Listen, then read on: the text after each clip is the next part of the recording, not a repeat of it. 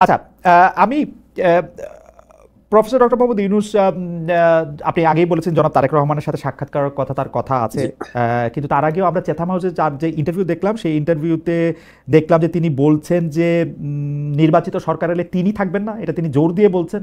পাশাপাশি তিনি বলছেন যে তার ক্যাবিনেটে যারা আছেন তারাও কিন্তু থাকবেন না বা আগ্রহ দেখাবেন না। এখানে আমার দুইটা প্রশ্ন আছে আপনার সম্পর্কে। তো আমরা শুনি যে আপনি অলরেডি আমাদের, মানে আমি এখন যে শহরে আছি সেই শহরে বাড়ি কিনছেন, থাকতে শুরু করেছেন, আপনার পরিবার সেখানে থাকছে এবং আপনি যুক্তরাষ্ট্রে সেটেল হবেন। এইগুলি কেউ কেউ আমাকে খুব জোর দিয়েও বলছেন, আপনি যদি একটু বলতেন। আচ্ছা, এটা তো হঠাৎ আকস্মিকভাবে প্রসঙ্গটা এলো, তাও বলছি আপনাকে যে যারা বা যে এই গুজবটা রটিয়েছে যে যুক্তরাষ্ট্রে আমরা বাড়ি কিনেছি, আমার পরিবার চলে গেছে, এবং যারা এগুলি বিশ্বাস করেছেন তাদের কাছে আমি একটা বিনীতভাবে প্রশ্ন করি যে আপনারা যার কথা শুনে বিশ্বাস করেছেন তার কাছে আপনারা কেন জানতে চান না উনি বাড়িটা কোথায় কিনেছে, অ্যাড্রেসটা কোথায়, ওই বাসাটার ছবিটা কোথায়?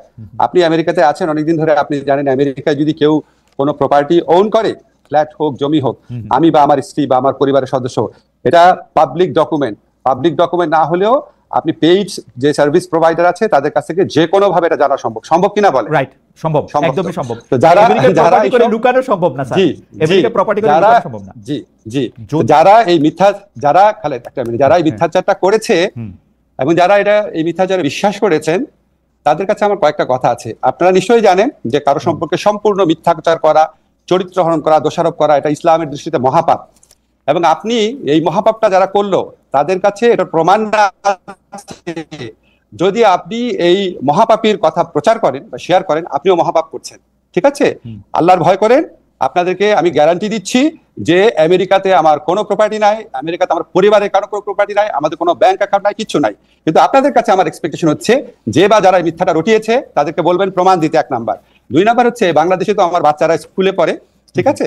সেই স্কুলে যারা সহপাঠী আছে, টিচার আছে, তারপর আমার স্ত্রী এক জায়গায় অত্যন্ত প্রসিদ্ধ একটা জায়গায় 6 বছর যাবত ইকোনমিস্ট হিসেবে কাজ করে, উনি বিভিন্ন ইকোনমিক মানে কনফারেন্সে যান। এখানে কারো না কারো কাছ থেকে তো জানা একটা সোর্স লাগবে, কাউকে না কাউকে বলতে। কারো কাছ থেকে যদি না শুনে, কেউই বললো না, আমার ওয়াইফের কলিগ, আমার বাচ্চার স্কুলের টিচার, আমার কলিগ, আমার প্রতিবেশী, কারো কোনো সূত্র উল্লেখ না করে, বাসার অ্যাড্রেস না দিয়ে, দলিল না দিয়ে, কোনো সাক্ষ্য প্রমাণ ছাড়া একটা মানুষ একটা কথা বলে আপনি এটা বিশ্বাস করলেন। এবং এই যে বিশ্বাস করলেন, দাঁড়ান একটা মিনিট খালেদ, আমাকে বলতে হবে, আপনি যেহেতু প্রসঙ্গ তুললেন, আপনি যে বিশ্বাস করলেন, এখন আপনার দায়িত্ব হচ্ছে যে এই কথাটা রটিয়েছে বা যেই কথাগুলো রটিয়েছে তাদেরকে বলেন যে কোনো একটা প্রমাণ হাজির করার। যদি সে প্রমাণ হাজির করতে না পারে বা তারা যদি প্রমাণ হাজির করতে না পারে তাহলে তাদের কোনো কথা বিশ্বাস করবেন না। আর যদি আমার বা আমার পরিবারের আমেরিকাতে কোনো property, flat, land, bank account কোনো কিছু পান তাহলে আমাদের সারা জীবন বিশ্বাস করবেন না। বাংলাদেশে যত অনুসন্ধানী সাংবাদিক আছে, আমেরিকাতে যত অনুসন্ধানী সাংবাদিক আছে, সবার কাছে চ্যালেঞ্জ ছুড়ে দিলাম, এই মিথ্যাবাদী এর পরিচয়, এর মিথ্যাচারের মুখোশ উন্মোচন করেন। কারণ এগুলি করে তারা সরল মনা মানুষ, তাদেরকে বিভ্রান্ত করে, তাদের দুঃখ দেয়। এবং এগুলি আপনার অনেক বেশি হচ্ছে। এই একটা জিনিস প্রমাণ চান, চ্যালেঞ্জ ছুড়ে দিলাম। প্রফেসর আসিফ নজরুল কিন্তু অনেক বড় একটি চ্যালেঞ্জ ছুড়ে দিয়েছেন, এটা খুব সহজেই এটা প্রমাণ করা সম্ভব তিনি যদি আসলে কোনো প্রপার্টি কিনে থাকেন। প্রফেসর আসিফ নজরুল, আসলে আমরা অনেকগুলি বিষয় নিয়ে কথা বলতে হবে।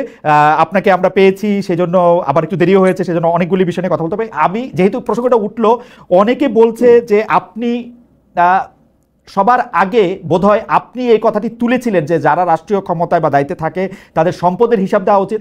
আপনি কি আপনার সম্পদের হিসাবও দিবেন কিনা একবার এই কথাগুলো একটু বলে ফেলা। আরেকটি কথা হচ্ছে যে অনেকে বলছেন যে আপনারা এই সরকারের উপদেষ্টারা নাকি খুব ট্রাভেল হ্যাপি, আপনারা অনেক সফর সঙ্গী নিয়ে বিদেশে যান। বিশেষ করে ডক্টর মোহাম্মদ ইউনূসকে বলা হচ্ছে যে 11 বার তিনি বিদেশে গিয়েছেন। আপনার ক্ষেত্রেও এরকম বলা হয় যে আপনি যেহেতু ডক্টর মোহাম্মদ ইউনূসের খুব ঘনিষ্ঠ, সেহেতু আপনিও এইটার জবাব দিবেন কিনা যে আপনি যে যখন বিদেশে যান তখন বিরাট একটা প্রতিনিধি দল নিয়ে সঙ্গে নিয়ে যান কিনা, এবং সম্পদের হিসাব আপনি দিবেন কিনা, খুব সংক্ষেপে বিষয় একটু বলে দিতেন। হ্যাঁ জি, না আমি আরো বলবো আপনাকে। আমাদের সবার সম্পত্তির হিসাব ক্যাবিনেট ডিভিশনে দেওয়া আছে। আমি মনে করি তাদের এটা অবিলম্বে প্রকাশ করা উচিত। আমরা প্রকাশ করার জন্য দিয়েছি প্রত্যেক উপদেষ্টা। সেকেন্ড হচ্ছে বিদেশ সফরের ক্ষেত্রে আমার জবাব আমি দিব। আমি যখন জেনেভাতে আইএলওর কনফারেন্সে গিয়েছিলাম, যেখানে স্থানীয় আওয়ামী লীগরা আমাকে অপদস্থ করার চেষ্টা করেছিল, সেখানে আমি একজনও সফর সঙ্গী নেই নাই। আমার সাথে অন্য একজন উপদেষ্টা ছিলেন, উনি নিয়েছিলেন। আমি আমার পিএস, আমার মন্ত্রণালয়ের একটা মানুষকেও নেই নাই। ঠিক আছে? আমি যখন বিদেশে যাই তখন আমার মন্ত্রণালয়ের সর্বোচ্চ 2 জন লোক গিয়েছিল আমার সাথে, এক্সট্রা 2 জন লোক একটা সফরে। সেটা হচ্ছে ওখান থেকে আমন্ত্রণ করা হয়েছিল দেখে। আমি যে সফরগুলোতে গিয়েছিলাম একটা হচ্ছে আইএলও তে জবাবদিহি করার জন্য বাংলাদেশের জন্য, আর এটা হচ্ছে আবার গিয়েছিলাম হিউম্যান রাইটস কাউন্সিলে বাংলাদেশের পক্ষ থেকে জবাব দেওয়ার জন্য। এটা আমার ম্যান্ডেটরি। আমি সৌদি আরবে গিয়েছিলাম বাংলাদেশের শ্রম বাজার নিয়ে আলোচনা করার জন্য, আর এটা গিয়েছিলাম তাদের কনফারেন্সে তাদের অতিথি হয়ে, যেখানে 2জন সৌদি মন্ত্রী সহ আমাকে স্টেজে তারা অনেক সম্মান করিয়ে করেছে। এবং এটা যেটার কারণে বলে রাখি আপনাকে প্রসঙ্গত, সৌদি আরবে 2বার যাওয়ার কারণে বাংলাদেশের সাথে সৌদি আরবের প্রথম শ্রম বা কর্মসংস্থানের এগ্রিমেন্ট হতে যাচ্ছে, যেটা ইন্ডিয়া পাকিস্তানের সাথেও নাই। আর আমি গিয়েছিলাম মালয়েশিয়াতে, সেখানে আমার সফরসঙ্গী ছিল একজন, সরি সেখানে সফরসঙ্গী ছিল দুইজন, মালয়েশিয়াতে 2জন, সর্বোচ্চ 2জন, এবং কোন কোন ক্ষেত্রে আমার কোনো সফরসঙ্গী ছিল না। তার মানে আপনি আগে থেকে বলছেন সেটি আপনি পালন করছেন। আপনি যদি অবশ্যই পরিষ্কার করে বললেন যে এটা আসলে ক্যাবিনেটে দেয়া আছে এবং এটা পাবলিক করা হবে যে কোনো সময়, রাইট? অবশ্যই। আরেকটা কথা বলি, আরেকটা কথা আমি বলতাম, এখন চট করে মনে করতে পারছি, সেটা হচ্ছে বিদেশি চিকিৎসা নেব না। আমাদের কেউ বিদেশি চিকিৎসা নেয় নাই। আমার ব্যক্তিগত, আমার এবং আমার পরিবার, আমি উপদেষ্টা হওয়ার পর চিকিৎসা নিয়েছে হচ্ছে পিজি হসপিটাল, যেটা এখন বাংলাদেশ হসপিটাল নামে পরিচিত, যেখানে সাধারণ রোগীরা দেখায় সেভাবে দেখিয়েছি। ইবনে সিনাতে দেখিয়েছি, সারা জীবন যেই হসপিটালে দেখাতাম সেখানেই দেখিয়েছি। কোনোদিন বাইরে যাওয়া তো দূরের কথা, বাইরের ওষুধ পর্যন্ত খাই নাই।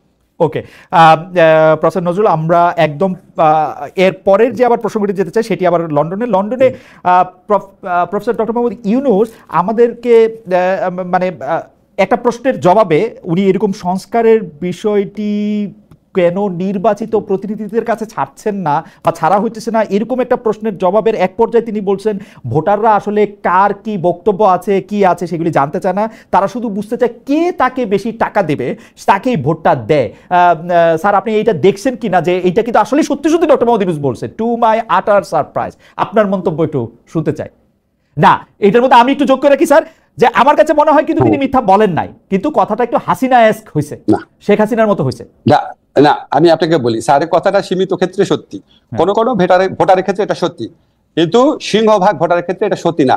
যদি শুধু টাকা দিয়েই ভোট কেনা যেত, তাহলে তো আওয়ামী লীগ আপনার 2018 সনে কিনেই ভোট করতে পারতো, এই রাতের ভোট তো করতে হতো না। যদি টাকা দিয়েই ভোট করা যেত, তাহলে তো 2014 আর 2024 এই নির্বাচনী নাটক আওয়ামী লীগকে করতে হতো না, কারণ কে না জানে সবচেয়ে বেশি টাকা আওয়ামী লীগের হাতে আছে।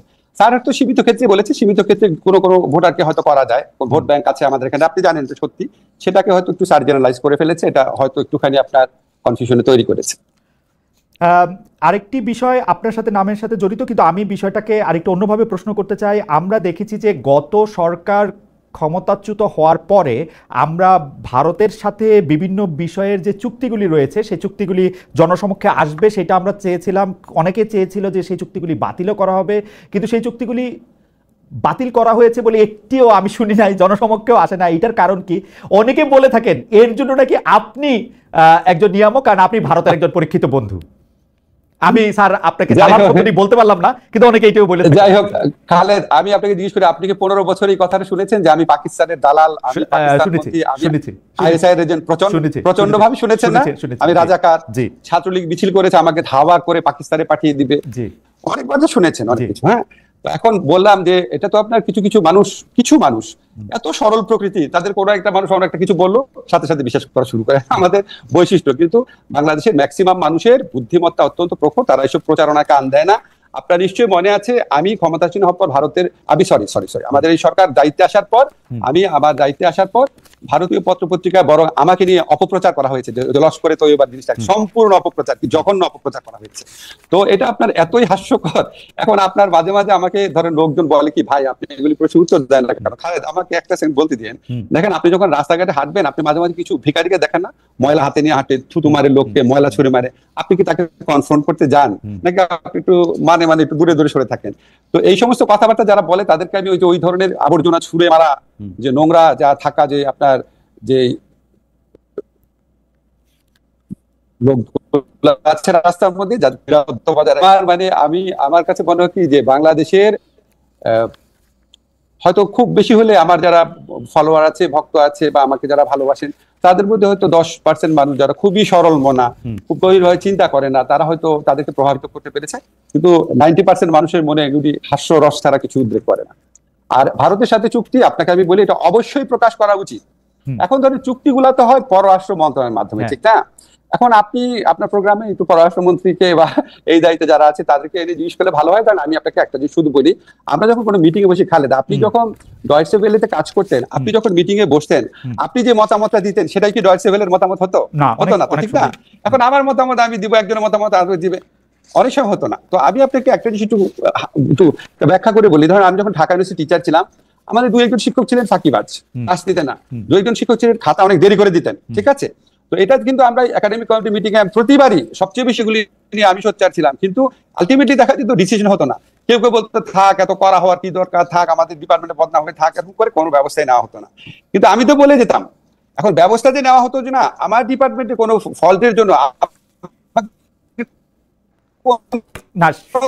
ছাত্র বলে নাই স্যার ওই যে রাজনীতি দোষারোপ আমার উপর আসবে কেন? আপনি সরকারকে দোষ দেন অথবা কনসার্ন মিনিস্ট্রিকে জিজ্ঞেস করেন। আপনাকে কোনো, তবে আমার যেটুকু ধারণা, আমি যেটুকু বিশ্বাস করি, এগুলি প্রকাশ করা না, এগুলি এই চুক্তি প্রকাশ করার সময় এখনো চলে যায় নাই। আপনাকে শুধু একটা জিনিস বলি, আমরা এই সরকারে আমরা দায়িত্ব গ্রহণ করার পর একটা কাজ করেছি যেটা ভারত কখনোই চায় নাই। সেটা হচ্ছে আমাদের ইউএনইসি যে কনভেনশন আছে, ওয়াটার কনভেনশন, যেটা আমাদের আন্তর্জাতিক নদীর প্রবাহে আমাদের স্বার্থ রক্ষার ক্ষেত্রে বিরাট ভূমিকা রাখবে, সেটা আমরা র্যাটিফাই করেছি, এক্সিড করেছি, অনুসমর্থন করেছি। এটা আমরা খুব শীঘ্রই আপনি ঘটা করে জানবেন। এই সমস্ত আপনার দেশের স্বার্থ রক্ষা করার জন্য আন্তর্জাতিক চুক্তি আমরা করে যাচ্ছি। আর চুক্তি, আরেকটা কথা শুধু বলি, চুক্তি প্রকাশের সময় এখনো শেষ হয়ে যায় না। অবশ্যই।